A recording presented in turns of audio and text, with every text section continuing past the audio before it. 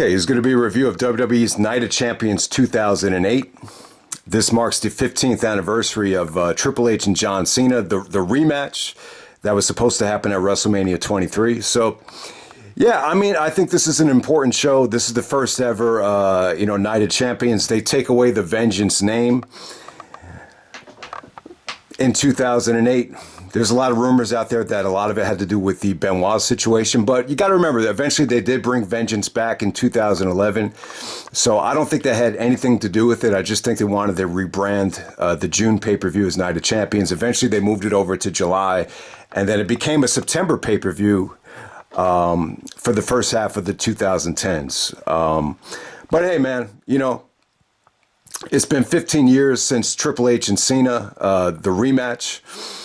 15 years since CM Punk cashes in the Money in the Bank. Obviously, we got Money in the Bank tomorrow from the United Kingdom, so definitely looking forward to that. But to me, this is the most negative cash-in I think we could remember. Obviously, Punk winning. It was huge for him because let's keep in mind, Punk is only 4 years away, or 4 years ago at this time. He was wrestling in a tent at Generation Now. So obviously at the time you get to take it.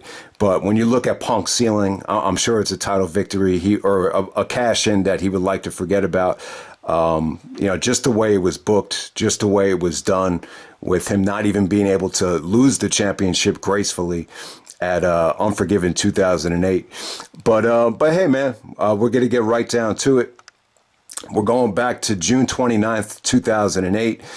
This is from Dallas, Texas, the American Airlines Center, the home of the Von Erichs. This is 16,151 in attendance. So I thought the pay-per-view drew pretty well.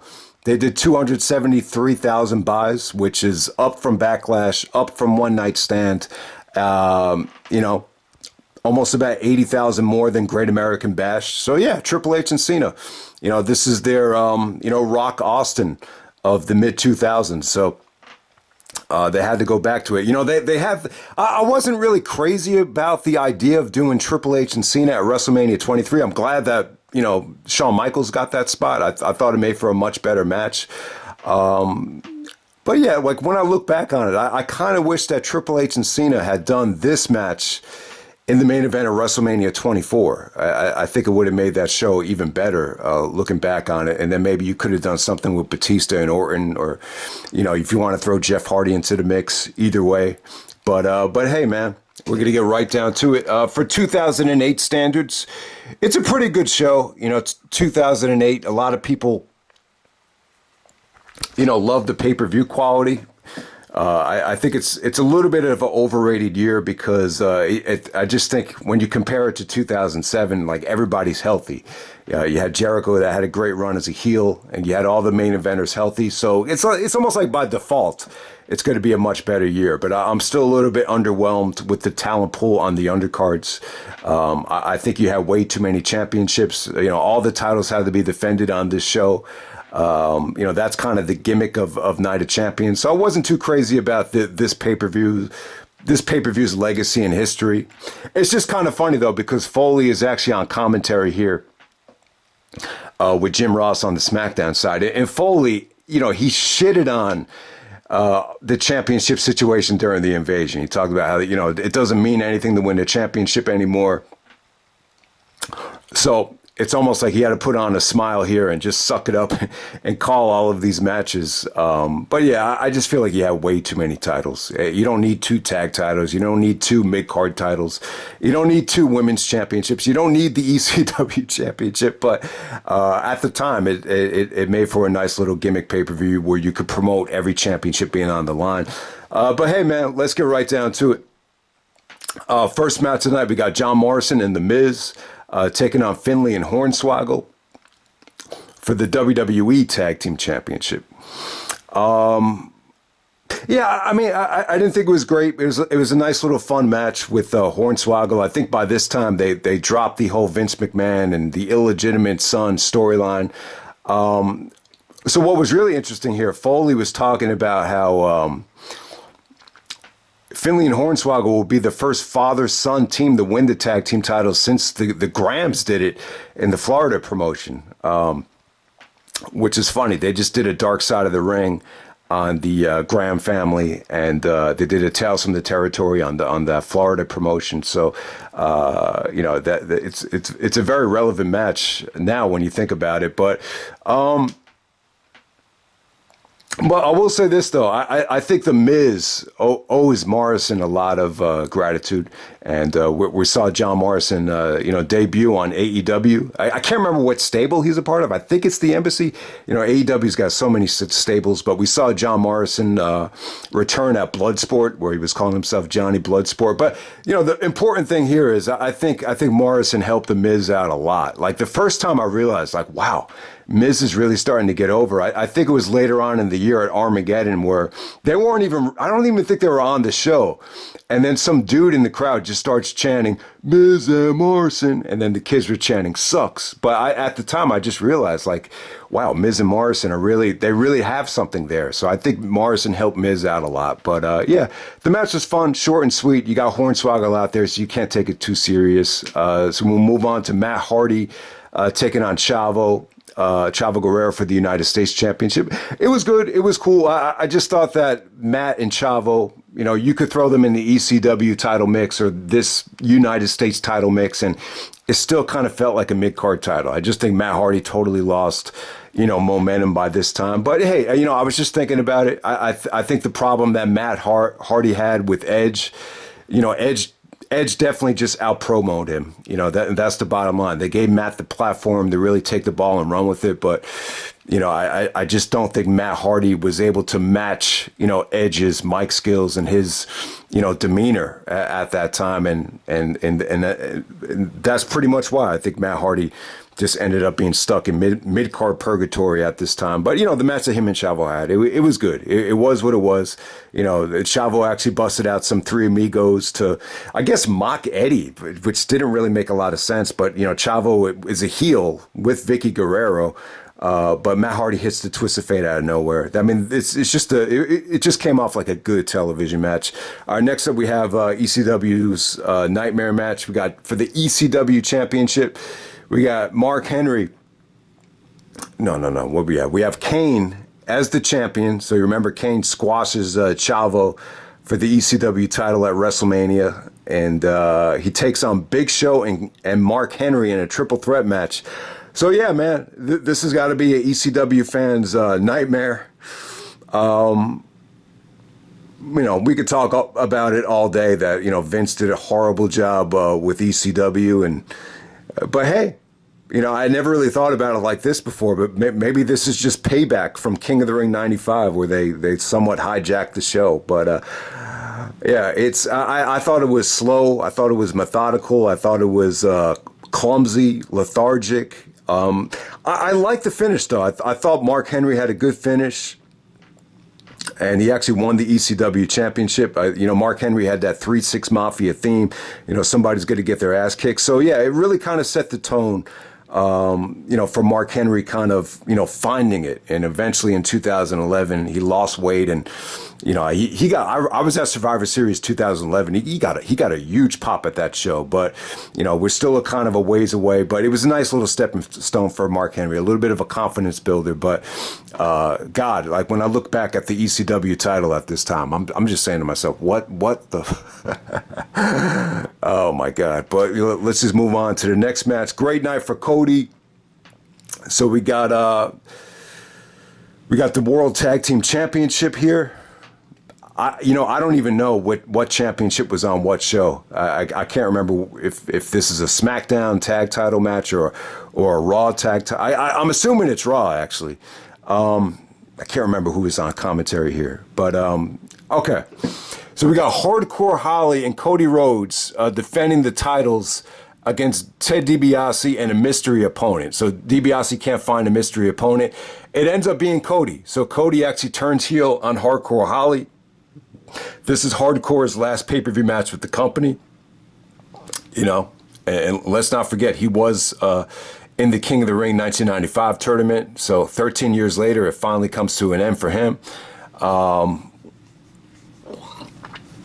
But yeah, this is where you see Cody and Ted DiBiase form Priceless. Randy Orton is out with the injury.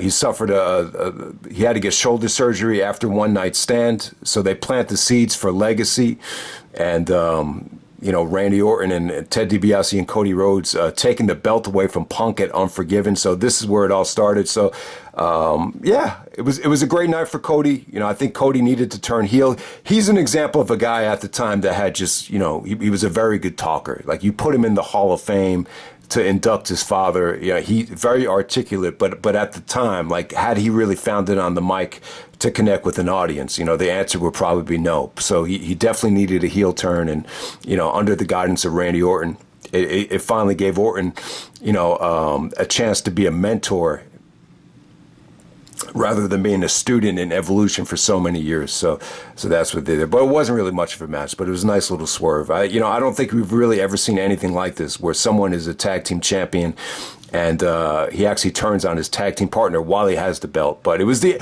end of an era for Hardcore Holly. There's a lot of mixed feelings about Hardcore, that he was tough to work with, and he would start fights in actual matches. So there you go with that. Next up, we have Chris Jericho defending the Intercontinental Championship against Kofi Kingston. So I think because Jeff Hardy was, Jeff had gotten suspended before WrestleMania. Jericho found himself as, I think a record-breaking 8-time Intercontinental Championship. So does Jericho still have the record? I think he does. As Jericho would say, he calls himself the Intercontinental Championship. So it seemed like Kofi was like a surprise, and it felt like this was like Kofi's pay-per-view debut. I'm not sure about that. Jericho cut a heel promo on Shawn. So Jericho had just turned heel. He threw Shawn Michaels through the Geritron 3000 on the highlight reel. So Michaels had the eye injury, and he talked about how he was an honest man. And it's funny, man. There was a shot of a woman in the crowd just kind of rolling her eyes and just saying, yeah, whatever. It kind of got me thinking, like, there's not a lot of women that comment on these YouTube videos or even watch, a lot of this YouTube stuff. But it's funny. It seems like a lot of the women really buy into the heels a lot more than a lot of the other guys. So, it's just really, really funny, because I think it was a woman that actually, attacked Jericho in real life. Like, there was a female fan that actually attacked him, and there's a video of it where Jericho's yelling at the security. He's like, "Do your fucking job, do your fucking job." So it's funny how easy some of the women, they buy into a lot of the storyline stuff more easily than some of the guys. So it had me thinking about that with, you could see the shot of the woman just mouthing whatever and rolling her eyes. I just thought that was really, really interesting. But, the match that Jericho had with Kofi here, I think it's pretty good. It's not one of Jericho's best matches of the MVP year of 2008. He didn't perform like an MVP here, but I thought it was pretty damn good. The interesting thing about this match is Jericho actually, I think this is the match where he lost his ACL. Like, after the match was over, he said that he wrestled the rest of the year without an ACL. Like, man, like, if he really did just lose the ACL, and it, like, I mean, I wish this happened to Derrick Rose. Like, instead of just, tearing his ACL and he was never the same, maybe the Bulls would have won a championship. But hey, it kind of goes in line with Jericho's catchphrase of how he doesn't get injured, he just wins championships, which he was able to use that on Edge a couple years later. But I think one of the keys of Jericho not, becoming injury prone is I just don't think he abused his body with steroids like a lot of other guys. So I think that would explain the lack of injuries for Chris Jericho. But hey, it was a cool match. The highlight of the match for me is when Kofi went for the leg drop and then Jericho countered it into the walls of Jericho. Jericho kind of worked a slow, methodical heel pace to kind of, get the fans used to the new heel character. So Shawn actually comes out of nowhere with the bad eye, the eye patch. He super kicks Lance Cade at the time. I think Jericho was mentoring Lance Cade, and Shawn's interference allows Kofi to hit the Thunder in Paradise for the victory. The fans exploded, so Kofi wins the Intercontinental Championship. But this is another example of them just, giving a newcomer a title just to progress a storyline. So there you go with that. But at the time, Jericho really didn't need the Intercontinental title. But Jericho, like, he grew up like his dream was to become IC champion like Ricky Steamboat. Obviously, he surpassed it by becoming the first ever undisputed champion. But he would always be really open to, like, he was never the type of guy to say, like, I don't need the IC title. Like, it's beneath me. Like, even the year he won the undisputed championship, he would go on to beat RVD for the IC title, like, later on that same year. So yeah, Jericho, I think, still holds the record for most Intercontinental Championship victories. So props to Kofi Kingston. Kofi's like one guy, just like Rey Mysterio, he's just such a likable guy that, I don't think he ever had a chance to run as a heel. And I just don't think it would work. Like, there's just some guys.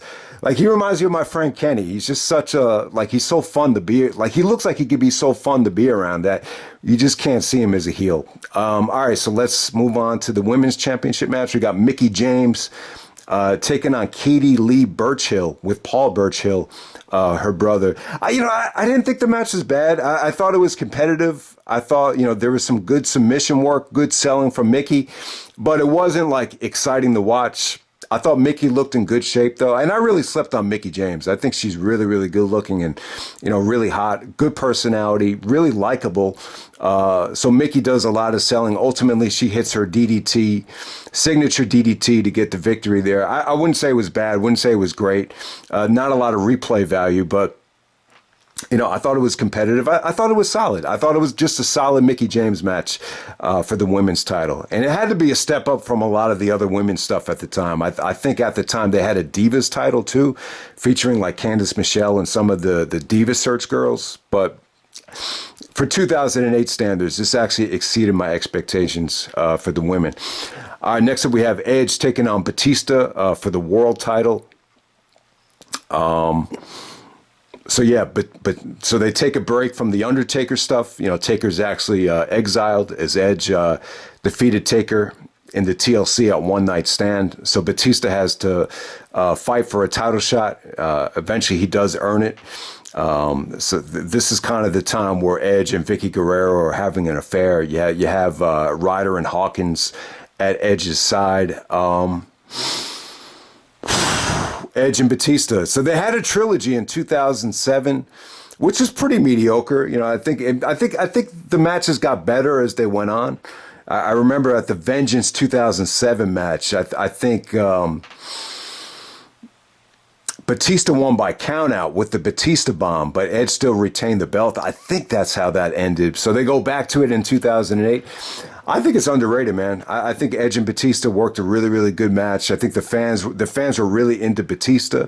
Anytime there was a spear by Batista or a spine buster, like, the fans reacted like these were like actual finishers. And I just thought you had some really nice transitions from the Batista bomb into the execution. I mean, the match is a little bit overbooked. You have Vicky come out, you had Chavo come out as a special guest referee, as Foley and Jim Ross said, reeked of collusion and nepotism. So yeah, Batista had this thing won several times, but there's too much interference. So Batista actually gorilla presses Vicky onto onto Edge's stable, his stablemates with Chavo. But ultimately, Edge takes the world title and smashes it against Batista's head, and Chavo actually makes the pinfall.